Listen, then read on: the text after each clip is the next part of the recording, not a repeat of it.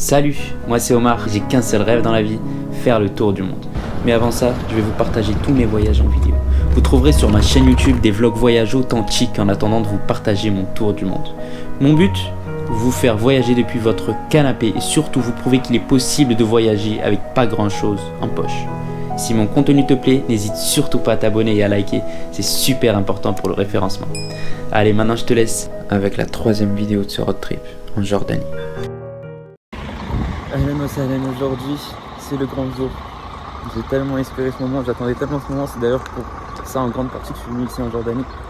Et il faut vous dire que je suis totalement excité, seulement 4 mois après avoir visité ma première merveille du monde en Italie. D'ailleurs je vous mets le lien ici. Je vais enfin visiter la seconde et pour moi elle est dans mon top 2 des plus belles merveilles du monde. Malheureusement je suis pas allé à l'ouverture parce que le réveil n'a pas sonné, je sais pas pourquoi. Mais je me retrouve à Petra.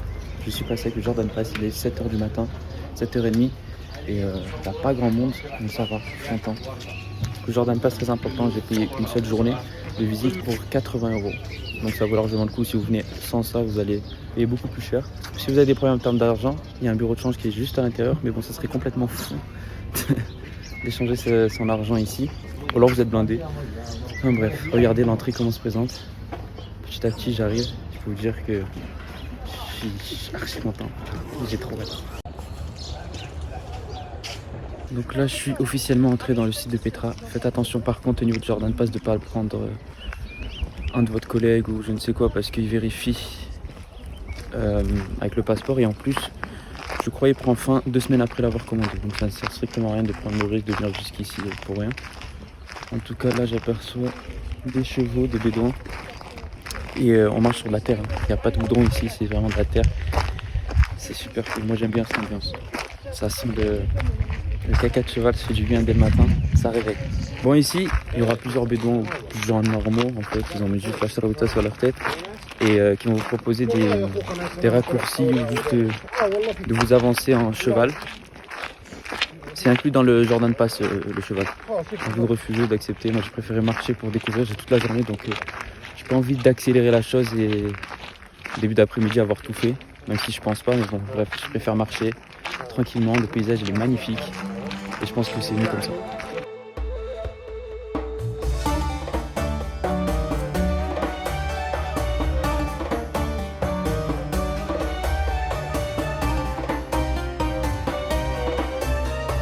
Là nous dirigeons direction le trésor dans un premier temps, ensuite on ira voir le monastère. Malheureusement vu que je suis pas venu au lever du soleil, c'est pas orange, mais bon ça reste tout de même impressionnant. Donc là je traverse le SIC pour me rendre directement devant le trésor et avoir cette magnifique vue et découvrir une des 7 merveilles du monde. Et regardez ce décor impressionnant, c'est surréaliste. On passe par des endroits de dingue. Vous avez peut-être l'impression que ça se ressemble, mais absolument pas. À chaque fois c'est différent. Changement d'ambiance à chaque pas effectué, c'est incroyable. Regardez-moi ça. Waouh. Et plus tu avances, plus c'est des décors encore plus grandioses, différents. Et ça te met direct dans l'ambiance. Plus tu avances, plus tu as des pierres rouges déjà. Ça, c'est incroyable.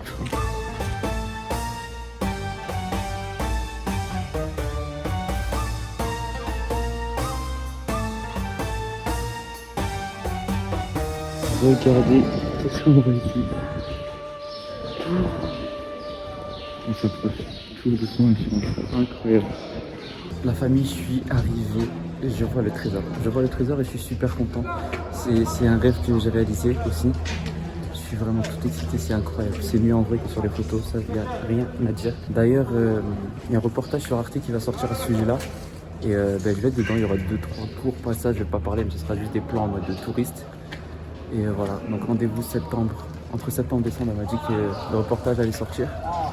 En tout cas, moi, quand j'aurai les extraits, si je les ai avant, je les posterai bien évidemment. Petra ou El Batra en arabe vient du grec Petros, qui signifie pierre. Ce nom n'est pas là par hasard, puisque la cité de Petra est entourée sur près de 15 km² de falaises allant jusqu'à 300 mètres de hauteur. Pour accéder au trésor, El Khazne en arabe, il faut traverser le SIC. d'une longueur d'1,2 km. Abordons maintenant son histoire. Autrefois, la cité de Pétra était abritée par des Édomites, et vers la fin du VIe siècle, ce sont les Nabatéens qui s'y sont installés. Ce sont d'ailleurs l'une des communautés les plus connues là-bas. Cette communauté était rien d'autre que les nomades. Mais alors, pourquoi s'être installé ici, allez-vous me dire ? Eh bien, c'est simple. Pétra avait un rôle de refuge. Il était assez facile d'annoncer les attaques ennemies, puisqu'il était possible de surveiller la cité par un petit nombre d'hommes installés sur les hauteurs naturelles de la cité de pierre. Il y avait aussi beaucoup d'eau présente dans cette région autrefois. Par la suite, Pétra était devenue une zone commerciale importante puisqu'elle corrélait l'Europe qui était l'Empire romain et l'Asie. La cité prospère grâce à sa position sur la route des caravanes transportant l'encens, les épices et d'autres produits précieux entre l'Arabie du Sud, l'Égypte, la Syrie et la Méditerranée. En 64 avant Jésus-Christ, l'Empire romain s'agrandit et s'empare de Pétra. D'ailleurs, on voit très clairement le passage des Romains avec un énorme théâtre romain construit à même la pierre. Dites-vous, c'est le seul amphithéâtre au monde qui a été bâti sur de la roche, sur de la pierre. Pétra a abrité à son apogée vers l'an 50 jusqu'à 25 000 habitants. Vers le 8e siècle, la modification des routes commerciales par le biais des transports maritimes et plusieurs séismes entraîneront l'abandon progressif de la ville. Tombé dans l'oubli à l'époque moderne, le site est redécouvert en 1812 par le monde occidental grâce à l'explorateur suisse Jean-Louis Burckhardt. Là, on peut remarquer sur chaque côté, il y a des espèces de petits carrés qui ont été recouverts avec je ne sais quoi. Mais en gros, c'est par là que montaient les Bédouins pour en fait façonner le trésor. Donc on voit un peu leurs traces, parce que bien évidemment, il n'y avait pas d'escalator, il n'y avait pas d'échafaudage à l'époque. Donc c'est comme ça qu'ils ont construit le trésor. Vous allez tomber sur des guides qui vont vous attraper un peu partout, ils vont vous demander des photos, apparemment c'est gratuit. Mais pour monter au sommet, regardez, juste en haut. Là-bas, vous proposez, chacun dit son prix en fait. Lui, il y en a, il m'a proposé 5, il m'a proposé 10. Donc je sais pas quoi faire. Dans tous les cas, je vais pas mettre 10 ni 5, ça c'est sûr. Mais je pense y aller seul. Il m'a dit quoi? Il m'a dit, si tu vas aller seul, dis-moi au revoir avant que tu meurs. En anglais, c'est ça. Je suis sûr que c'est accessible de fou. Le trésor est sans doute le monument le plus connu de Pétra. Ce bâtiment n'est rien d'autre qu'un tombeau nabatéen de type hypogée, dont l'imposante façade est taillée dans la pierre. L'édifice, dont le style est influencé par l'art architectural d'Alexandrie que l'on retrouve sur les murs des villas de Pompéi, aurait été érigé vers le 1er siècle avant Jésus-Christ, et serait en fait le tombeau d'un roi ou d'une reine, probablement le roi Arétas IV, qui est mort en 40, mais on ne saura jamais avec certitude qui y est enterré. Pourquoi ce monument est nommé le trésor? Eh bien, pendant longtemps, les Bédouins qui ont vécu dans la cité ont cru que l'urne funéraire située au milieu du tombeau contenait un important trésor. Des impacts de balles sont encore visibles sur l'urne massive de 3,5 mètres de hauteur, montrant les tentatives de la percer afin de s'emparer du trésor. Cependant, ces tentatives sont restées stériles.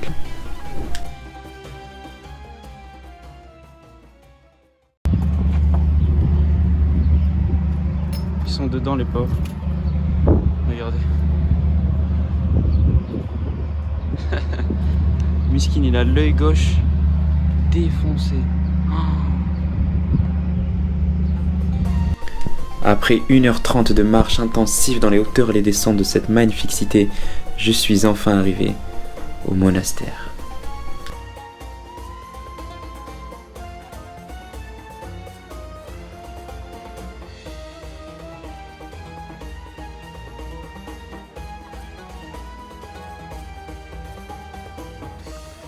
Là, contrairement à Pétra, on peut toucher directement la pierre du monastère.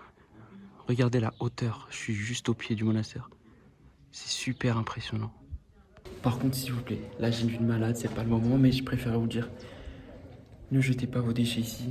Même s'il y en a, d'autres personnes essayent de les ramasser, donc c'est pas des mouchoirs ou des masses ou des trucs assez dégueulasses, ramassez-les.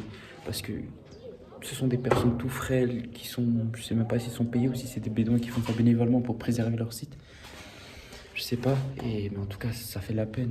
Nous on est là, on est des touristes, il y a des voyageurs, et il y a des gens qui n'ont vraiment pas un dixième de ce qu'on a, qui sont en train de se casser la tête à se plier et descendre alors que c'est super physique de base. Alors si on rajoute le fait de ramasser les déchets, en plus d'autres personnes, c'est vraiment fatigant. Mettez-vous à leur place, mais bon, je pense que vous allez le faire, Inch'Allah. Alors moi je suis resté 1 heure, j'ai pas voulu rester plus, pourquoi?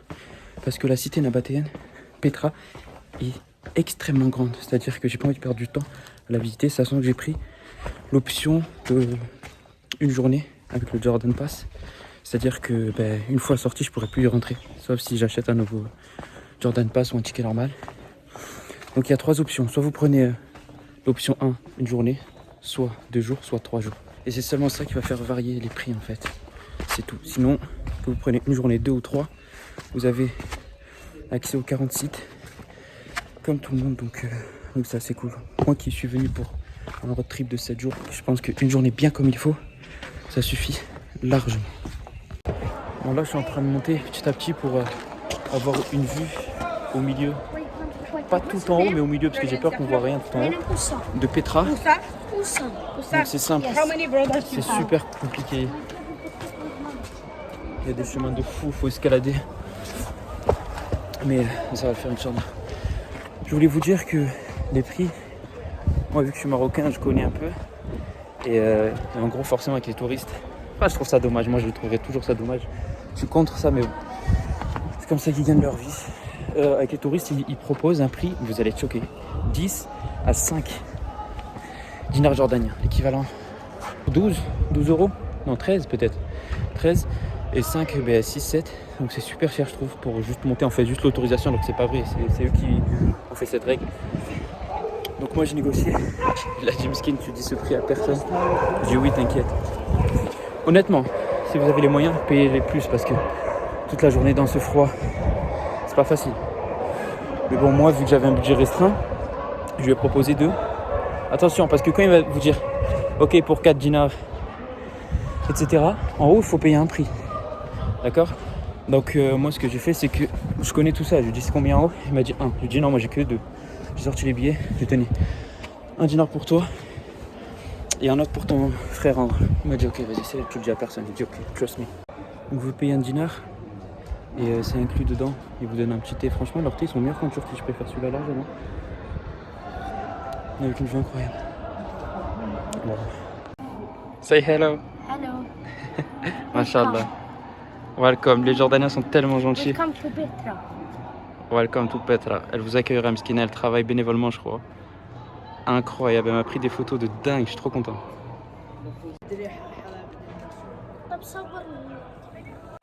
Hi, how are you? I live in the cave. My name is Hala. I go in the Bedouin village, 2-hour walk. If you want to go No back, school. same way. En gros, elle vous explique qu'elle habite là. Elle habite dans les caves ici à Petra et qu'elle ne va pas à l'école malheureusement. Parce que c'est à 2 heures de route d'ici. Je trouve ça super dommage. Mais bon, c'est comme ça que les gens vivent. Il n'y a pas forcément que des... C'est pas la belle vie en Jordanie. C'est super diversifié. Compliqué à gagner de l'argent ici. Je suis redescendu du spot photo. Je suis trop content. J'ai pris de belles prises.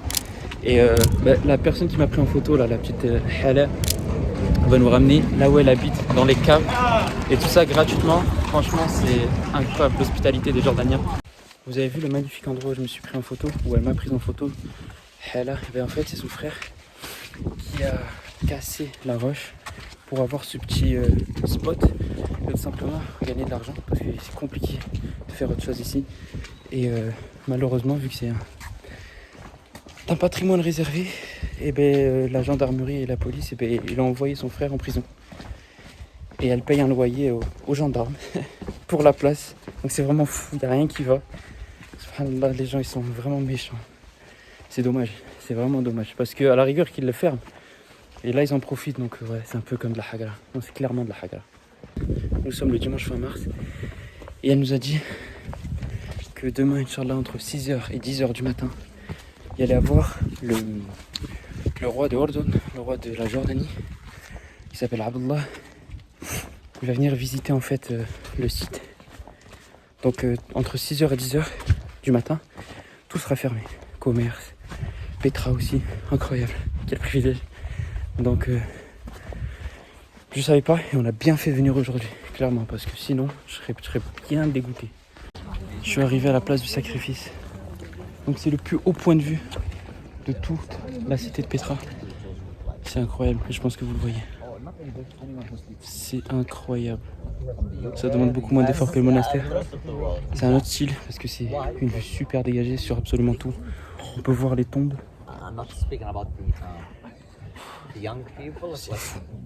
Elle m'a dit un truc qui m'a marqué, c'est que je lui ai demandé si elle voyageait, si elle sortait de ce travail un peu, parce que venir ici le visiter c'est une chose, mais y travailler toute l'année, toute ta vie, c'est autre chose, sachant qu'elle a 10 ans. Et elle m'a dit tout simplement, ouais, moi l'été je vais en vacances, je suis trop contente. J'ai dit où? Elle m'a dit à la campagne, je vais traire mes vaches.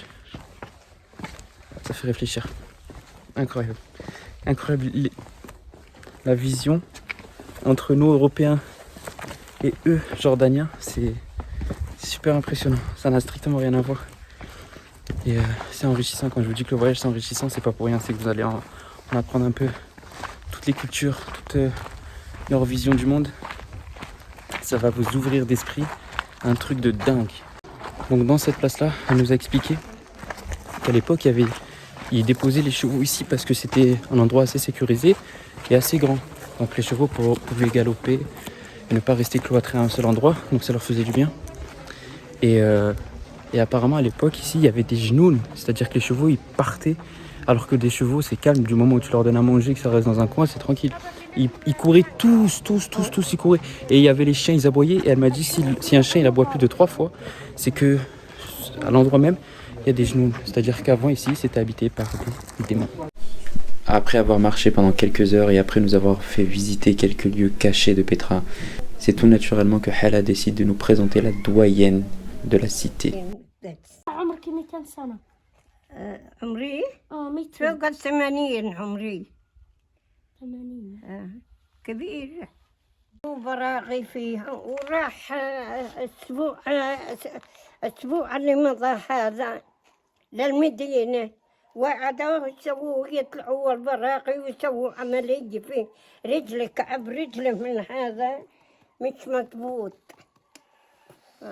ما جاه أخذوا رقمه وقالوا بس نتصل عليك بتجيب لنا بنسوي نطلع البراغي من رجلك ونسوي كعب رجلك كان قالوا كان نقطع من هذا ويرجعوا زي الروح حتى يرجعوا. Regardez comment c'est triste. À son âge, elles vont des souvenirs. Dites-vous, ça c'est du clownful, pour ceux qui connaissent. Je vais vous l'écrire en français parce que j'ai oublié le nom. Et elle en a fait un collier. Machallah. Incroyable.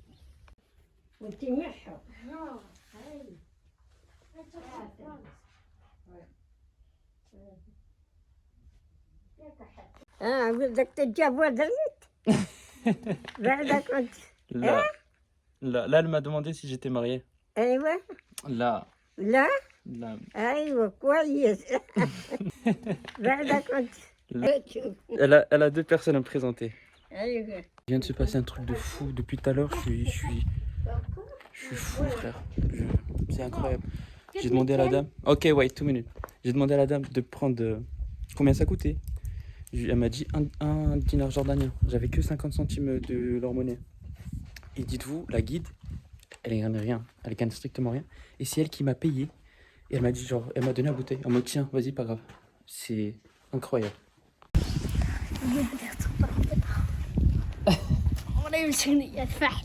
Regardez ce qu'ils ont. Regardez avec quoi ils jouent. C'est incroyable. C'est incroyable. Ils sont tout contents. Waouh, ils sont trop intelligents. Moi, j'aurais pas réussi à faire ça. Waouh. Ah ouais, arrête de blaguer. تربلك لا ترجع علي لا ترجع هسه لا ما أحلم Vas-y, c'est bon. لا أصغر تربلك ترجع كبيرة هذه. لا أصغر أصغر. هذه؟ لا هي هذه بس تربلك ترجع عليك أول؟ قولي والله ترجع لك تذبح هكا. طخ يلا اطلع يلا Petra, c'est le trésor. Petra, c'est le monastère. Mais Petra, c'est ça aussi.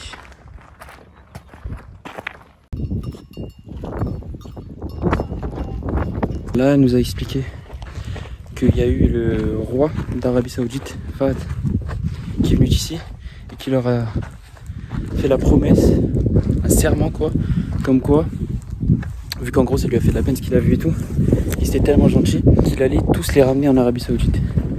Et ses parents ils sont vraiment très Moyen-Âge, ils ont pas voulu. Son père il s'est complètement opposé, sinon elle serait peut-être pas là. Nous sommes enfin arrivés chez Hala, regardez où elle habite, ici, nichée juste au-dessus des montagnes, entourée de montagnes, avec des chèvres à côté. C'est vraiment une vie à part. On lui a demandé c'était quoi son objectif. La petite nous a répondu qu'elle en avait pas. Elle a pas de but dans la vie, elle a pas le moral. Et je peux comprendre. Malgré ça, elle reste très forte. Regardez. Donc là, ça fait à peu près 2 heures qu'on marche. Et dites-vous, tous les matins, elle travaille de 6h à 18h. Donc 2 heures aller. Enfin, peut-être elle avec un peu plus de rapidité, je pense. 1h20 aller, 1h20 retour. Donc vraiment, elle voit ni sa famille. Elle fait que taffer. Et pour gagner, pas grand-chose. C'est chaud. Et là, elle nous a invités gentiment chez elle. C'est incroyable. Elle nous a dit on va boire du thé. Et s'il y a à manger, on mangera. Sinon, ben, on retournera. Quelle gentillesse.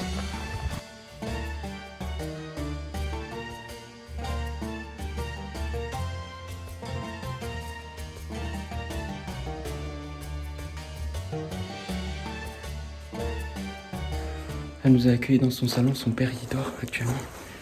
Et regardez. C'est super cool. Le sol est en béton. C'est tout plat. Je suis très petit. Regardez. Il n'y a même pas quoi, 2 mètres. C'est impressionnant. Regardez, je suis sur le canapé. J'aime trop. Regarder le design. Le tapis au milieu. Je suis pas quelqu'un de gentil comme ça. Et là, ça me... Je dirais limite... On est à la limite du choquant en fait. C'est incroyable. On la connaissait même pas. Genre, je suis monté prendre une photo. Elle m'a invité chez elle. Et Allah, elle va comprendre, toi. Subhanallah.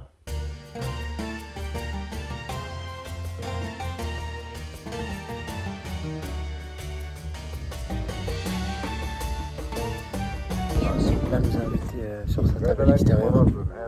Elle parlait de son mari, je crois. Et en gros, elle a dit que les policiers étaient venus ici pour retirer les terres, mais elle a dit non, autant mourir même avec les millions, je ne serais pas d'ici. Donc elle veut mourir sur ses terres et c'est pour ça qu'elle est là. Et c'est l'une des seules d'ailleurs qui est là actuellement. C'est beau, franchement c'est beau, magnifique. Devinez ce que c'est. Du lben. C'est du laben de chèvre qu'ils ont, ils ont fait une technique que j'ai pas trop compris en arabe, je vous avoue.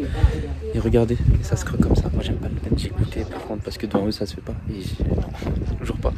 Mais voilà, petite expérience, petite découverte incroyable, je savais même pas que ça existait. On vient de sortir à peu près 1 heure et demie après. C'était super enrichissant de savoir où est-ce qu'ils habitaient, comment ils voyaient le monde, parce qu'on a parlé. Je n'ai pas forcément montré quand on mangeait, quand on parlait, je trouvais pas ça très cool de ma part de faire ça. Parce que en rencontre, c'est pas que via la caméra, mais c'était génial. Je peux vous dire que c'était incroyable. C'est la première fois de ma vie que ça m'arrive. Et c'était fou.